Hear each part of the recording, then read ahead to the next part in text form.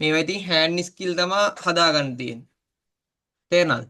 මෙන්න මේ CPU එකට හරියට මේ RAM වලට මේවා වෙන්න හදන්න ඕනේ.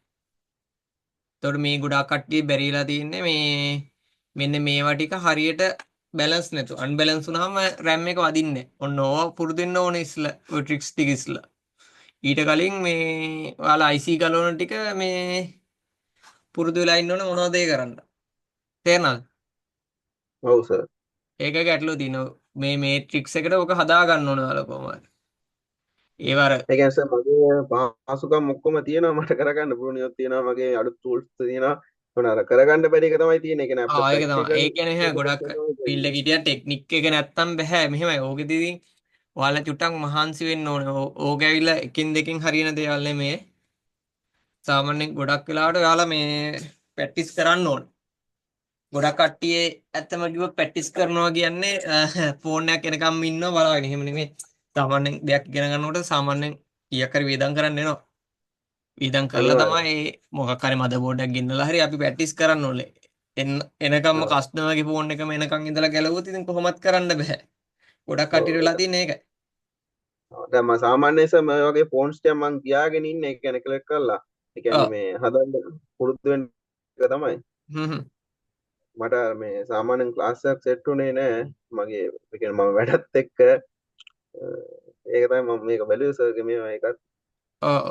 දැන් මං ඕකේ දාලා ඇති මේ මගේ YouTube channel එකේ නම් තියෙනවා මං ඔය පැය මං හිතන්නේ ඔය ක්ලාස් කරන ටයිම් එකේ දාපු එකක් ඇති පැය මං හිතන්නේ දෙකක් හෝ තුනක එකක් දාලා ඇති මම ෆුල් වීඩියෝ එකම දාලා තිනවා හදන එකක් M21 එහෙම. සර් මෙහෙමයි සර් අපිට අර වීඩියෝ බලනකොට ඒ පුළුවන් කියලා හිතනකොට ඒක අතින් කරගන්න බෑ සර්. ඒක එහෙම තමයි. ඒක දැන් මං ක්ලාස් වල නම් ඕක මං ළඟවින්නව කරනකොට මං ඒක ගොඩක් කට්ටිය දැන් අපේ සාමාන්‍ය 90%ක්ම සක්සස් වෙලා තියෙන ගොඩක් කට්ටියගේ. ඒ කියන්නේ මෙහෙමයි කරන ටෙක්නික් ටික තමයි ඔතන තියෙන්නේ. ඔව්. දැන් ඔයාගේ සාමාන්‍ය හොට් ගන් එක මොකක්ද තියෙන්නේ? මාගේ තියෙන සර් මේ quick 861D එකකුත් තියෙනවා quick 2008 එකකුත් තියෙනවා. ඔය දෙකම ඉතින් දෙකෙන්ම කරන්න පුළුවන් ගැටලුවක් නැහැ මාත් ඔය දෙකම මාත් 2008ත් යූස් කරනවා 861 එකත් යූස් කරන ගොඩක් වෙලාවට. ඔව්. කරන්න පුළුවන් මේ ඒක අර ක්‍රමයට කරන්න ඕනේ. දැන් ඔය ගොඩක් වෙලා තියෙන්නේ ටෙක්නික් එක නැති එක තමයි. ඔය ටෙක්නික් එක හදාගන්න මහා දේවල් නැහැ. පොඩි ටූල් ටිකක් අපිට හදාගන්න තියෙන්නේ. හ්ම් ඒ හ්ම්. ටික අපි හදාගත්තා නම් අපිට ඒක කරන්න පුළුවන්. මම දැකලා තියෙන ගොඩක් කට්ටිය ඔයා දැන් සාමාන්‍ය CPU එකක් ගලවන්න කලින් ටූල් ටික හදාගෙන තියෙනවද? ඔව් ඔව්. කොහොමද ඒකේ නිකන් රෆ්ලි කියන්නකෝ. මොන ටූල් ටිකද සර්? දැන් CPU එකක් ගලවනකොට CPU එක ටූල් එකක් ඕනේ. අපි කියන්නේ මේ තියෙන්නේ. දැන් මේකක් වැඩ නැහැ. හරි මේ තියෙන්නේ. ඒක පැහැදිලි මන්ස. පැහැදිලිමදනේ. පේනවද? ඒ කියන්නේ බ්ලේඩ් එකක් වගේ කන්නේ සර්? ඔව් බ්ලේඩ් වගේ අර එන්නේ 2UL අරවා මේවා. ඒතකොට මේවා ඔයාලා කඩේ තිබ්බ එකම අරගෙන ගලවන්න බෑ. මේවා ඒ ටෙක්නික් එකට හදා ගන්න. ඒ යම් කිසි දුර ප්‍රමාණයක් තියෙන ඒ දුරට හදා ගන්න ඕනේ මේවා අනිවාර්යෙන් කරද්දි. තේරෙනවද? මේ ටූල් එහෙම ගාලා ඒ ප්‍රමාණයක් තියෙන ඒ ප්‍රමාණයට හදාගත්තාට පස්සේ තමයි ඔය කරන්න පුළුවන්. ඒක අර කඩෙන් ගෙනාපු ගාම අලුතෙන්ම ගෙනාපු ගාම එහෙම ගලවන්න බෑ. ඒ ප්‍රමාණයක් තියෙන ඒ ප්‍රමාණයට හදා ගන්න ඕනේ. එතකොට පුළුවන් සාමාන්‍ය ගලවන්න. ඒක ඉස්සලා ඒ ඔයා වගේ ප්‍රැක්ටිස් කර ඔයා ටෙක්නික් ටිකක් පුරුදු වෙන්න ඕනේ. IC එකක් ගලවන්න කලින්. ඒ වගේ ටූල්ස් තියෙනවා මෙතන ඕනේ තරම්. ඒ හා හා කියන්නේ හා. මේ අර බැරිකම තමයි තියෙන්නේ. අතට ගත්තා අත පොඩ්ඩක් එවුලනවා වගේ වෙනවා. ඒ වගේ ප්‍රශ්නයක් බය තියෙනවා. තියෙන. සාමාන්‍ය මේ ක්‍රිස්ටල් IC එකක් ගහන්න ගියත් පොඩ්ඩක් නිකන් කන්ෆියුස් වෙනවා සමහරලාට ඒක වදින්න ඒ වගේ තියෙනවා.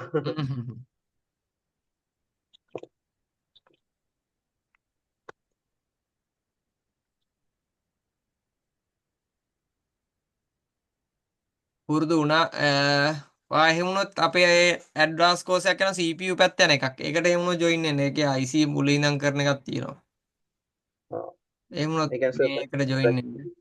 ඒ කියන්නේ Zoom වලින් විතරද සර් නැත්නම් ඔව් මේ සූම් වලින් ප්‍රැක්ටිකල්? කියලා දෙන. ඒ කියන්නේ මම මෙහෙමයි. ඕකේ ටෙක්නික් ටික හරියට කරා නම් මට දැන් මේක වුණත් මේ කරලා පෙන්වන්න පුළුවන්. ඒ ටෙක්නික් ටිකට හරියට ඒ හීට් ලෙවල් ටික ඒ විදිහට කරා නම් ඕක කරන්න පුළුවන්. තේරෙනවද? අනිවාර්යයෙන්. මේක ඇවිල්ලා නිකන් මේ මහා දෙයක් නෙමෙයි හරියද? මේක වෙලා තියෙන්නේ දැන් ලොකුම IC එක මොකද්ද? CPU එකයි eMMC එකයිනේ ගොඩක් වෙලාවට තියෙන්නේ. ඔන්න ওই ඔව් දෙකේ බය අරගන්න. අනිවාර්යයෙන්. තේරෙනවද?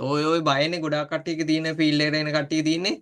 ඒක තමයි ලොකුම IC දෙක. ඒක මොනවා වුණොත් හදාගන්න බෑ. ඇත්තට පුළුවන්. මම උනත් පටන් ගන්න කාලේ මාත් කවදා හරි මේ IC එකක් ගහනවා කියලා හිතාගෙන තමයි මමත් ඔය ලොකු ෆෝන් එක. ඒතකොට තව ලොකු ෆෝන් තිබ්බේ J7 වගේ තිබ්බේ අපි ඒ දවස්වල. පුළුවන් කරන්න එහෙම ගැටලුවක් නැහැ. සාමාන්‍යයෙන් දැන් නෝපව එකක් අපි ගන්නවා නම් ඔයාලා මුලින්ම පටන් ගන්න ඕනේ නම් ඒකේ පටන් ගන්නමක් තියෙන්න ඕනේ. දැන් මට කවුරු හරි එක්කෙනෙක් කියන්නකො ෆෝන් එකක් තියනවද නෝපව එකක්? සාමාන්‍ය නෝමල් ෆෝන් එකක් කියන්නකො Samsung වල ඒ සීරීස් එකක් හරි.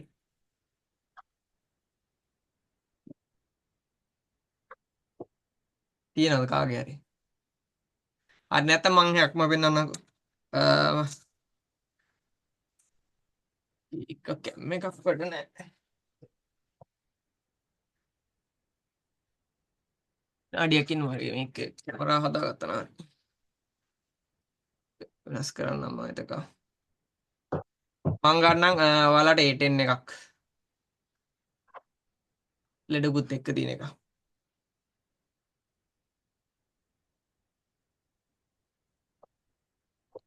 මං ගා තියෙනවා සර්. මගේ එකක් මම පෙන්නනවා අර කරන්න ඕනේ ඉතින්.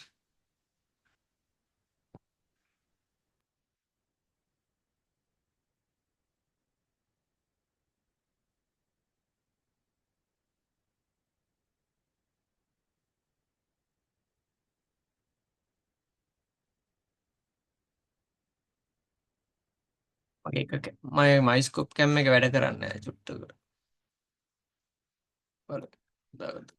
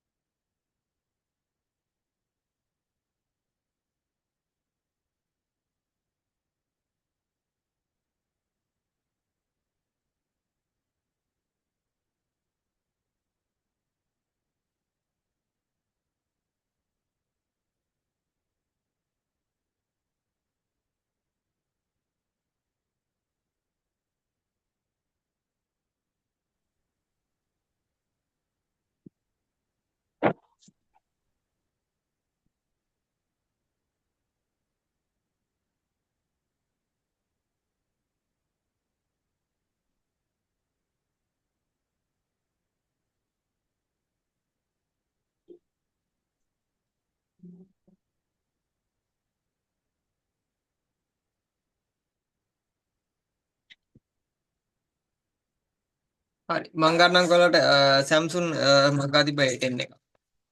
මේක ඇවිල්ලා පාසක් ලක් කරන්න.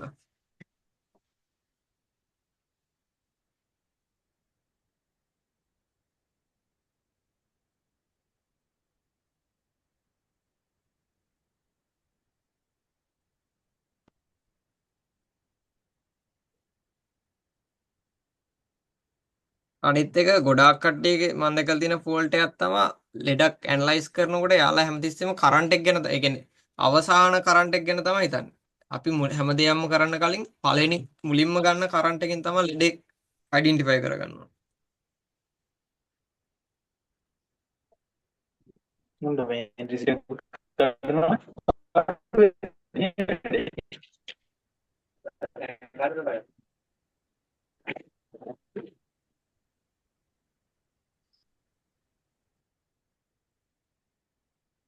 දැන් ඔයාලට පේනවද මේ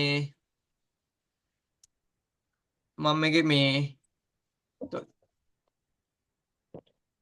කැමරා එකක් හිර වෙනවා වගේ පිට වැටලා. ඒක USB පෝට් එකක් වැඩි වෙලා තියෙන එක. මම මේක පෙන්නන්න දැන් ඔයාලට මම මේකේ A10 එකක් නෝපා වෙච්ච එකක්.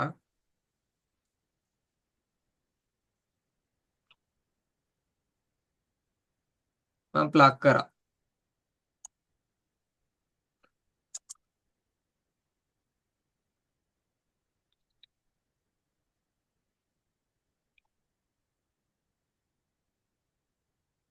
දැන් බලන්නකෝ ඔයාලට මොකද්ද පේන්නේ මම මේක ප්ලග් කරනකොටම කීයද ගත්තේ බලන්නකෝ කරන්ට් එක.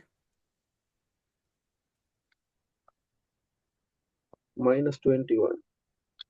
ගද්දිම කීයද ගත්තේ? කොංකොන් එකෙන් බලන්නකෝ. මෙතන අරන් තියෙන ඔයාලට කරන්ට් එකක්.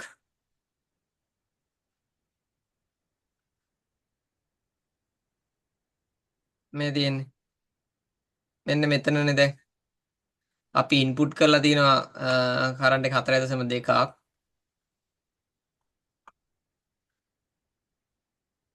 අපි මෙයා ඉන්පුට් කරලා තියෙනවානේ. තේනවනේ. අපි මේක කෙලින්ම මොකද කරේ? නිකන් ගලවද්දී ආය නැති වෙනවා. ඔය මයිනස් දෙයක් කරන් තියෙන කේබල් එකට ඒක ගණන් ගන්න එපා. මම මේක ප්ලග් කරනවා. එතන 48. 48 අරන අවසාන අපි මේ දශම ස්ථානෙත් ගලවමුකෝ ඔයාලගේ ගොඩක් කට්ටියගේ එකක්. දැන් ඔයාලගේ බලන්න පවර් සප්ලයි එකකින් ජිඩිට් ගන්නත් වැදගත් වෙන එකේ. සමහර කට්ටිය ජිඩිට් 2යි තියෙන්නේ 3යි තියෙන්නේ. ඒවත් අපිට මෙයා වෙනවා ඉස්සරහට. මම මෙයා මකලා දාන්නම්කෝ. ඒතර ඔයාලට දැන් තියෙන ජිඩිට් 4යි. හරිද?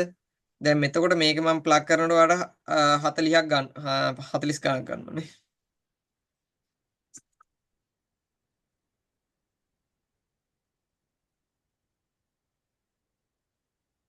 කීයද? 48ක් ගන්න ඕනේ. එතකොට මේක මොකද්ද? ගහපු ගාමම ගන්න. ඔව්. ඔයාලට බලා ගන්න පුළුවන් මේක එතකොට ගන්නකම් මේ කට්ටෙන් හිර වෙලා තියෙනවා. පේනවද? එතකොට දැන් මේක ගොඩක් වෙලාවට මොකද්ද ලෙඩේ වෙලා තියෙන්නේ? මේක එන ෂෝට් එකක් තියෙන්නේ. දැන් මේ වගේ ගත්තාම පටන් ගන්න තැනක් තියෙන්නේ නේද? ගොඩක් කට්ටිය තියෙන ඔය තැන හොයාගන්න බැරි එක තමයි ගැටලුව තියෙන්නේ. ඒක නේද තියෙන්නේ. ඔව් අනිවාර්යයෙන්. එතකොට මේ වගේ එකක් අපි පටන් ගන්නකොට මම මේක පවර් සප්ලයි එක අයින් කරන්නම් මගේ කැමරාවට කිස්සෙන්නේ ඒකයි. මට විනාඩි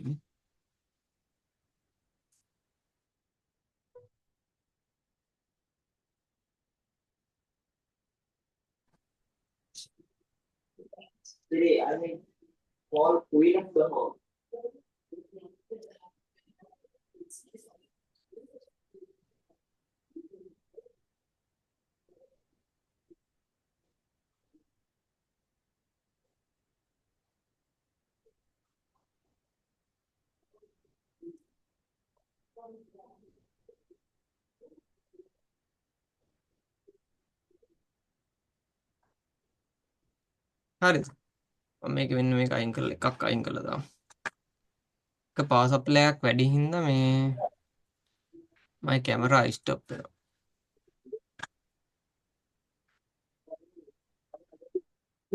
ඔව්.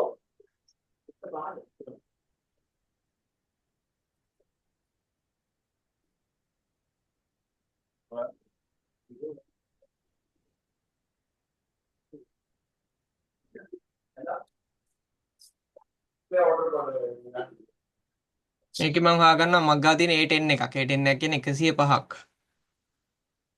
105 මම ඒක ස්කැමැටික් කියනුත් ගන්නවා. ඉස්සෙල්ලා මම බිට් මැප් එකෙන් පෙන්නන්නම් ඔයාලට.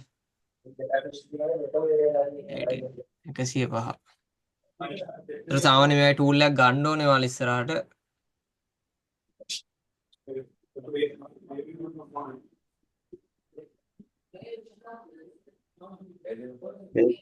බ්‍රෝනියෝ එක වගේම මොකද්ද? බ්‍රෝනියෝ එක වගේම යන්නේ මේකත් නේද? ඔව් බ්‍රෝනි වගේ මම ටූල් 4ක් විතර යූස් කරනවා. හරිද? දැන් මේ තියෙන්නේ ඔයාලගේ ඇත්තටම කිව්වොත් ඔය දැන් අපි ගත්ත A10 එක. ගත්ත ගමන් අපි ගන්නවා කීයක්ද? 48ක් ගත්තනේ අපි. අපි රප්ලි තියාගමු අයිඩියක්. මේක අපේ ගත්තා 0.48ක්. දැන් මේක හොයාගන්න යන්නේ ලෙඩි. දැන් මේක තියෙන්නේ පවර් සප්ලයි ප්ලග් කරපු ගමන්. හරිනේ. ඒතර මේ තියෙන්නේ මොකක්ද එන? ෂෝට් එක. තේරෙනවද? ෂෝට් එක. අපි දැන් මේක තමයි හොයාගෙන යන්න ඕනේ. එතකොට අපි දැන් ඕනම ලේසි ට්‍රික්ස් එකක් තියෙන අපිට තියෙන